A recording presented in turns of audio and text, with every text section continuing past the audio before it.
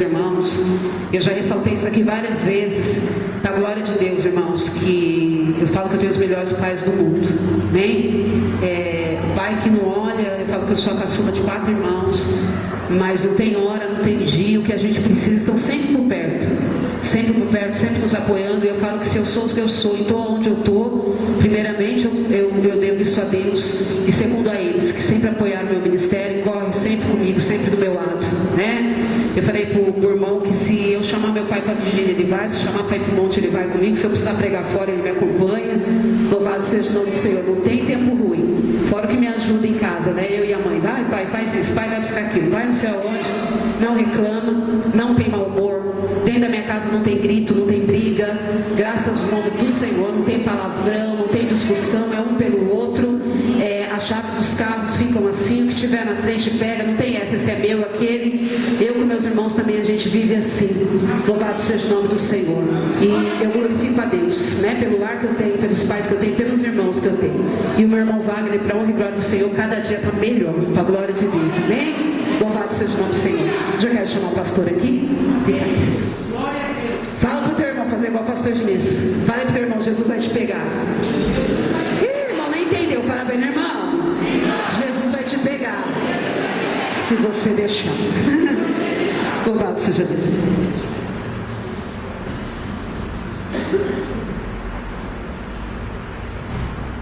Estende suas mãos para cá, querido. Poderoso Deus, amado Pai, toma o teu filho nas tuas mãos. Meu Deus, neste momento, Senhor, não seja o falar dele, mas o teu falar. Ó Deus querido, Deus santo, Deus amado, eu sei, Pai querido, Pai santo, que o Senhor tem algo sobrenatural preparado para a tua igreja nessa noite.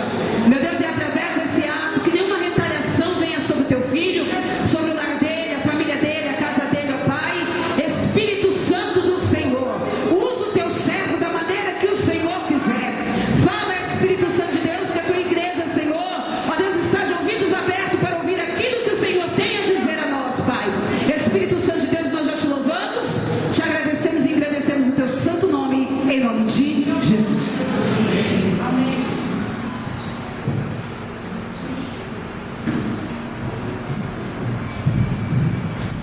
Glória a Deus. Pai do Senhor a todos. Amém. Graças a Deus. Louvo ao Senhor por poder retornar aqui mais uma vez. Já estive aqui em uma outra oportunidade e com alegria recebi o convite da pastora Tânia para poder estar adorando ao Senhor juntamente com os irmãos. Amém. Aqueles que me conhecem, eu trago aqui um abraço do meu pastor presidente para esta igreja, e eu creio que o Senhor ele tem uma palavra para o seu coração aqui essa noite. Amém? Vocês estão fazendo um propósito aqui. Hoje também estaria cultuando o Senhor, mas pedi permissão ao meu pastor presidente, como deve fazer, né, pastora? Tudo com ordem e decência. O pastor não gosta muito de liberar a gente, irmãos. Ele é meio ciumento, mas ele nos libera de vez em quando para a gente poder pregar a palavra de Deus. E nós vamos a um texto bíblico. Hoje o tema aí sugerido é sobre a multiplicação dos pães.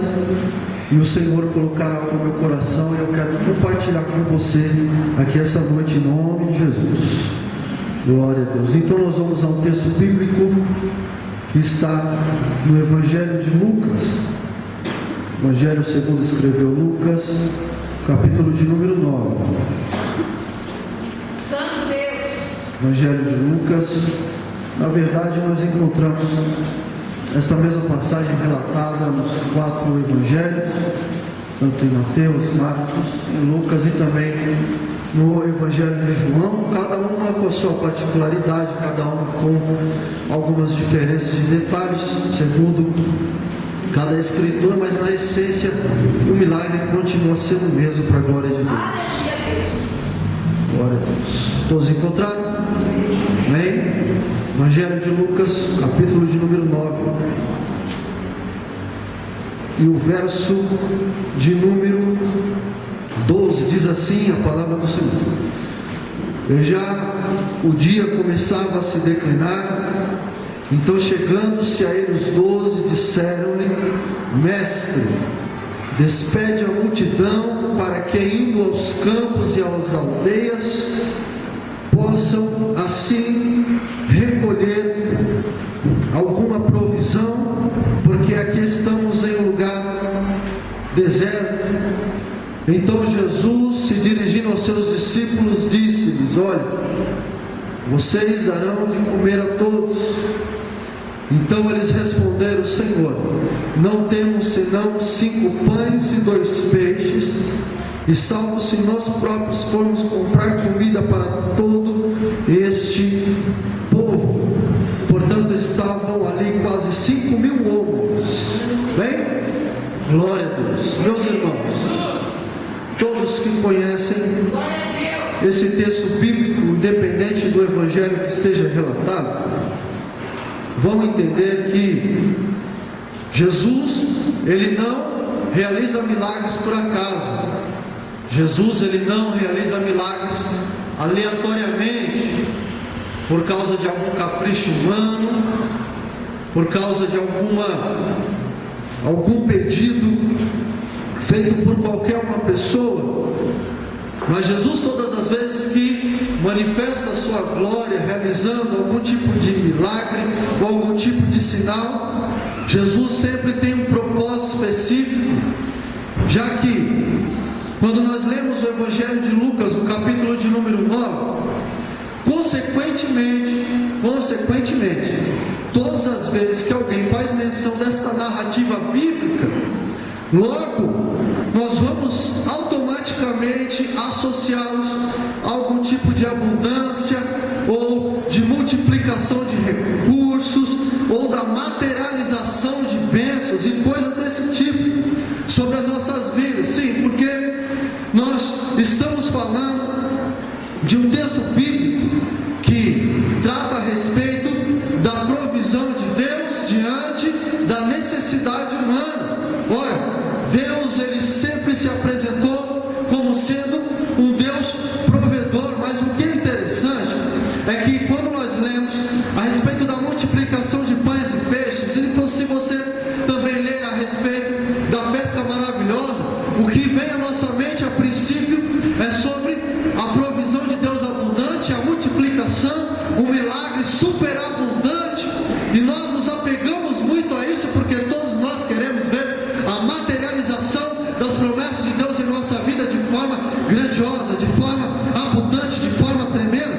Só que nós temos que entender, como eu disse aqui no princípio, que todo milagre que Jesus realiza, que todo sinal miraculoso, que toda graça ou toda glória de Deus manifestada através das bênçãos que Deus, ele pode prover sobre a minha e sobre a sua vida, ela tem um propósito específico, e nós não nos devemos ater somente ao resultado expressivo, ao resultado final, que é aquele que nós, talvez muitos de nós, viemos buscar aqui essa noite. Eu sei que você quer que Deus, ele seja superabundante na sua vida financeira, profissional, material, mas entenda algo de Deus aqui essa noite. Olha só que interessante.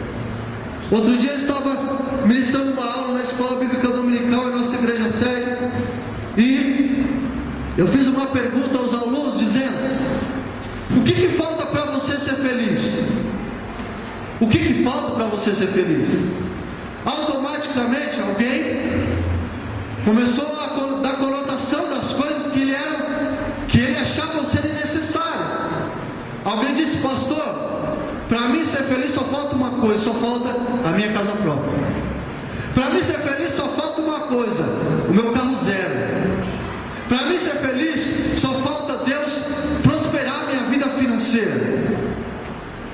E eu fiquei surpreendido pelas respostas, porque eu acreditava que alguém fosse dizer: pastor, não falta mais nada para mim ser feliz, porque eu já fui alcançado pela graça, o meu nome está no livro da vida, então o que vier daqui para frente, eu esperava ouvir isso, irmão.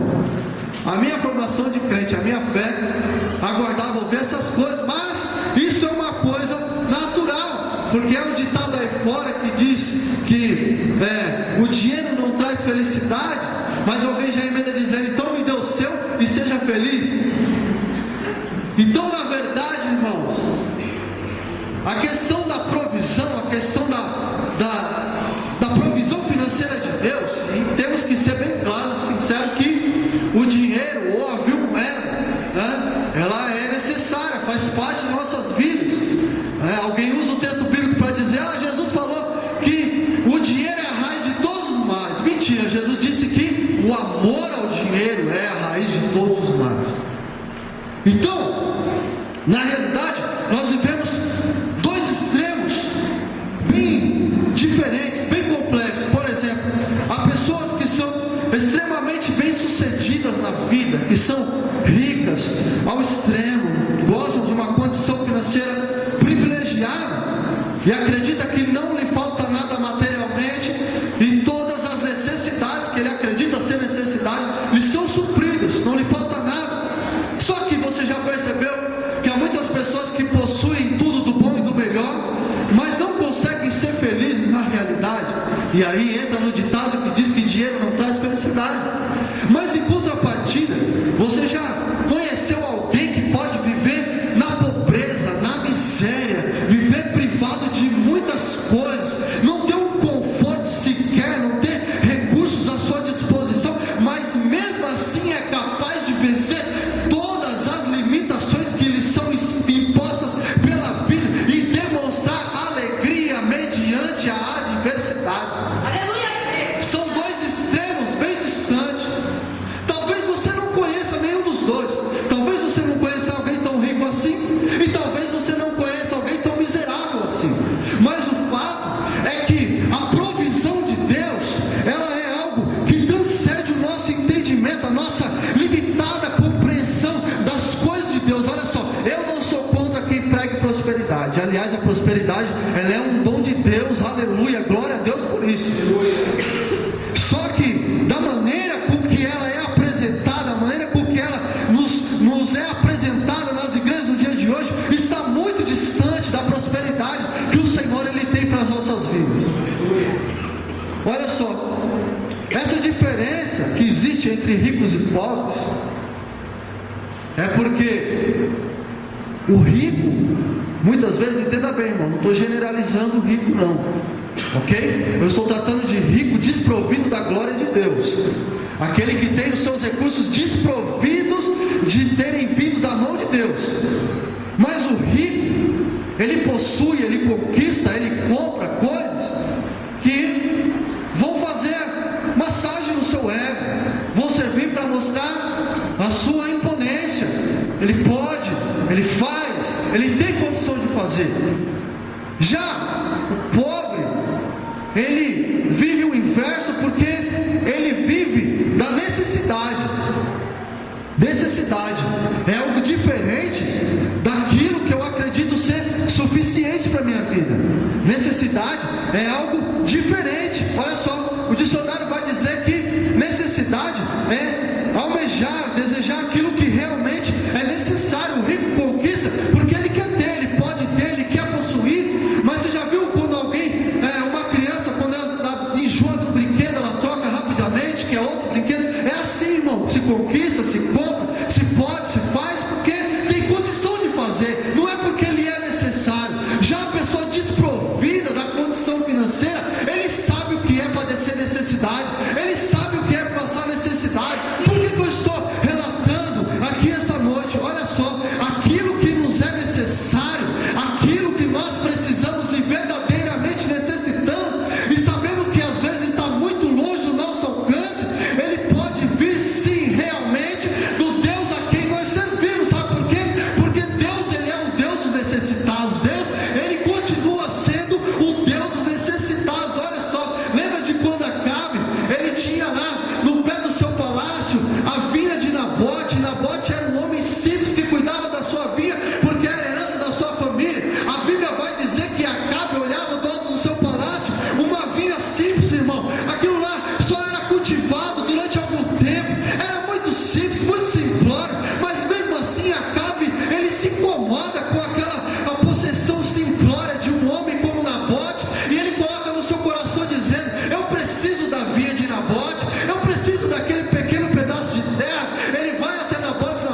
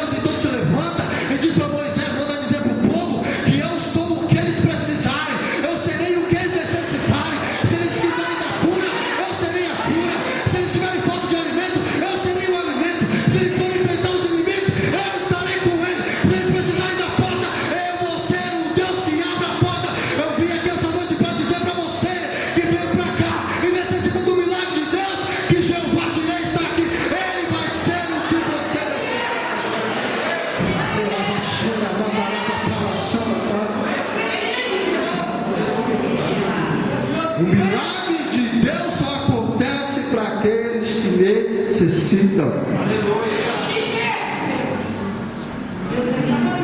Quantos necessitam do milagre de Deus aqui essa noite? Glória a Deus. O primeiro passo é esse. Então, o interessante é que, sendo Deus Jeová Jireh, Ele é o Deus que supre as nossas necessidades. O apóstolo Paulo disse que o Senhor suprirá todas as nossas necessidades. Se tem necessidade, tem provisão de Deus para a sua vida aqui essa noite. Se tem necessidade, tem provisão de Deus. E vocês sabem, irmãos, é muito bom falar sobre isso, porque uma das áreas que mais Satanás atua na vida do cristão é a área financeira. Uma das áreas que ele mais atua é na área financeira, é nas finanças, é no dinheiro. Por exemplo, ser dizimista é um desafio tremendo. Ser dizimista é algo espiritual. Uma das primeiras coisas que eu aprendi na minha vida como cristão foi ser dizimista na casa do Senhor. Eu não sei porquê, irmão, mas eu aprendi, a primeira coisa que eu aprendi foi ser dizimista. E tem muita gente que vive anos na igreja, um espírito de avareza no coração, ainda vem para a igreja, bate no peito e diz: Senhor, abre as portas, só quer isso, irmão. Satanás, ele trabalha dioturnamente na vida financeira de todas as pessoas. É muito difícil, por exemplo, há famílias e casamentos que não se sustentam, não conseguem se manter por causa de dificuldade financeira. Por mais que você seja espiritual ao extremo, irmão, a hora que te falta provisão no lar, o negócio começa a ficar esquisito. É assim mesmo, Deus. A esposa cobra o marido cobra a esposa, e as circunstâncias, elas acabam perdendo o rumo. E é difícil suportar crises financeiras. Às vezes, quando falta muito a questão da espiritualidade dentro do lar, na condição financeira, Satanás, ele aproveita, ele é alguém que aproveita das circunstâncias da situação. E Jesus, ele mostrou, através desse milagre da multiplicação, que diante da sua presença, nem tudo estava perdido. Diga para essa pessoa que está ao seu lado, deve ser crente bonito que está ao seu lado, dá um sorriso para ele, diga assim para ele: nem tudo está perdido. Nem tudo está perdido. O Evangelho de Lucas relata que Jesus queria descansar depois de um dia árduo de curas, de milagres. Ele convida os seus discípulos para irem até uma região, uma cidade chamada Betsaida. Lá eles descansariam e recomeçariam o ministério no dia posterior. Só que a Bíblia vai dizer que, mesmo Jesus tentando se esquivar, e depois de ter realizado o atendimento às últimas pessoas, ele junta os seus discípulos e começa a se separar. Mas a Bíblia diz que havia uma multidão do outro lado observando Jesus. Enquanto Jesus estava tentando se recolher, a multidão olhava Jesus mesmo distante, olhava o mestre e percebia que Jesus queria descansar, percebia que Jesus queria se recolher com seus discípulos, mas mesmo assim eles estavam olhando, porque a multidão era insaciável, não dava tempo de atender todo mundo. Havia gente que queria cura, havia gente precisando de libertação, havia gente precisando da provisão, havia gente precisando de uma palavra, e Jesus não conseguia se desvencilhar. Um pouco momento em que ele consegue ter ações com seus discípulos, havia uma multidão já esperando do outro lado do lago, esperando para que Jesus pudesse atendê-los novamente sem descanso, sem poder parar. Olha só, é interessante a gente entender o seguinte: Jesus, ele ia começar a pregar, a ensinar em lugares bem remotos, bem distantes. Jesus subia no barco, Jesus ia para a montanha e Jesus ia para o deserto também. Jesus estava deixando a região dos lagos para poder no dia seguinte se dirigir ao deserto para começar novamente a ensinar, a curar, a libertar. entraram, e uma multidão de pessoas se junta para poder receber algo de Jesus, sem levar em conta se ele estava cansado, se ele podia atender ou coisas desse tipo. O fato é que os grupos se formaram e foram até Jesus. Os grupos se formaram e foram até Jesus. Olha só, é interessante, irmãos. A Bíblia vai dizer que uma multidão de pessoas observava Jesus. Eles estavam vindo de longe. Os grupos foram se juntando, se procurando um ao outro, e observavam enquanto o mestre estava distante. Lendo o relato bíblico, eu encontro pelo menos 3 grupos distintos aqui. Entenda uma coisa: o judeu não saía de casa se não fosse para poder trabalhar, e o trabalho era duro porque tinha que pagar os altos impostos romanos, ou então ele não saía de casa se não fosse para cumprir as suas obrigações religiosas. Mas houve um grupo de pessoas, ou 3 grupos, como assim eu distingui, que eles mudaram o cotidiano para poder ir até Jesus. Olha só, eu encontro aqui na Bíblia pelo menos 3 grupos distintos. 3 grupos: o dos que acreditavam, o dos que não acreditavam e o dos que acreditavam mais ainda. Os que não acreditavam, os que acreditavam e dos que acreditavam mais ainda. Esses grupos se formam, vão até ao mestre, vão procurando. Jesus está tentando se retirar para não ser visto, mas não tinha jeito. O povo vinha vindo, a multidão se aproximando, e eles não tiravam o olho de Jesus, observavam Jesus de longe.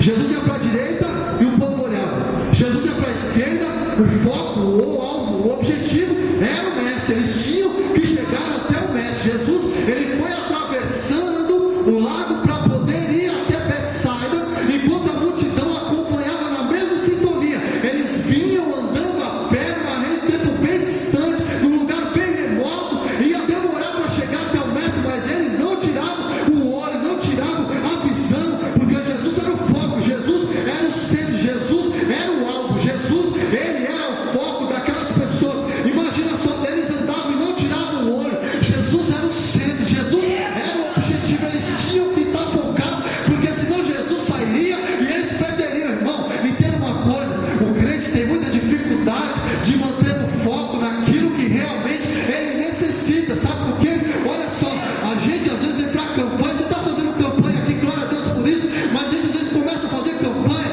o milagre não vem no primeiro dia, ele não vem no segundo dia, ele não vem no terceiro dia, a pessoa logo diz: pastora, eu não quero vir mais para a igreja não, estou fazendo campanha e nada aconteceu na minha vida. Sabe, irmão, esse tipo de pessoa é o tipo de pessoa que perde o foco, perde o alvo, ela não sabe o que quer, não está focada, não está firmada, irmão. Sabe, às vezes quando nós não recebemos nada de Deus, o foco muda, nós invertemos os valores e as nossas prioridades. Eu vou deixar de ir para a igreja porque Jesus não fez nada por mim ainda. Ei, irmão, você tem que parar com essa bobagem. Jesus está aqui e essa noite ainda ele pode realizar um grande milagre.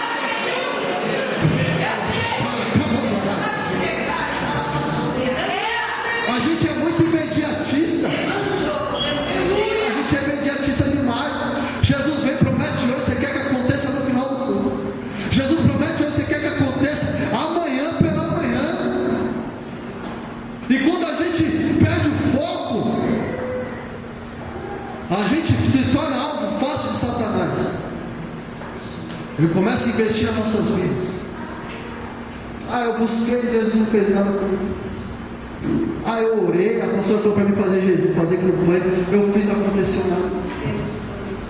A gente começa, irmão, a inverter os valores e sair do grupo dos que acreditavam para o grupo dos que não acreditam. Você não pode perder o foco. Diga para a pessoa que está falando: você não pode perder o foco. Não pode perder o foco, pelo amor de Deus. E sabe por que a gente perde o foco também? A gente se distrai muito com as bênçãos que Deus nos dá. O Senhor me perdoa aqui a simplicidade, mas eu vou entregar tudo que Deus mandar nesse culto, né? A gente perde o foco porque se distrai muito com as bênçãos de Deus. Vou fazer campanha para Jesus salvar meu marido.